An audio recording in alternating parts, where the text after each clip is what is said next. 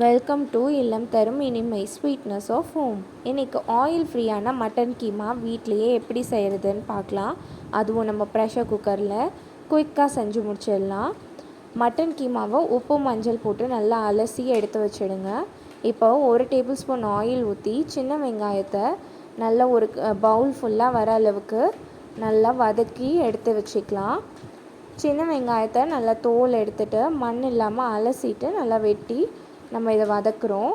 இது நல்லா வதங்கினதுக்கப்புறமா தான் நம்ம இஞ்சி பூண்டு பேஸ்ட்டு 1 டேபிள் ஸ்பூன் போட்டுட்டோம். அதுவும் நல்லா வதங்கினதுக்கப்புறம் ஒரு 2 தக்காளியை போட்டு நல்லா வதக்கிக்கலாம். தக்காளியும் நல்லா வதங்கினதுக்கப்புறமா இந்த மட்டன் கீமாவை நல்லா தண்ணி இல்லாமல் புழிஞ்சு எடுத்துக்கலாம். இது கூட நம்ம நல்லா அப்படியே பரட்டி விட்டுக்கணும். கொஞ்சம் சால்ட்டு, மிளகாத்தூள், மஞ்சத்தூள், அதுக்கப்புறமா நம்ம பிரியாணிக்கு யூஸ் பண்ணுற இந்த பட்டை, சோம்பு, லவங்கம்லாம் இடித்து பொடி பண்ண அந்த பவுடரையும் போட்டோன்னா நல்லா கமகமான வாசனையாக இருக்கும். இப்போ இதை எல்லாத்தையுமே ஆட் பண்ணிவிட்டு நம்ம அதிகமாக தண்ணி விடக்கூடாது.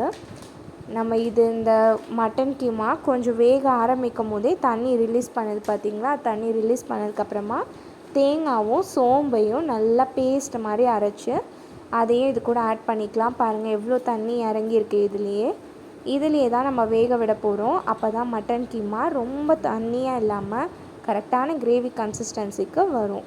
இப்போ ப்ரெஷர் குக்கரை மூடிட்டு ஒரு 3லேருந்து 4 விசிலுக்கு ப்ரெஷர் குக்கர் வரணும். இப்போ ஓப்பன் பண்ணி பார்த்தா மட்டன் கீமா நல்லா கமகமன்னு சூப்பராக ரெடியாக இருக்குது. கொத்தமல்லி தலையை போட்டு நல்லா கிளறி விட்டு நம்ம சாப்பிட்றதுக்கு சூப்பராக இருக்கும்.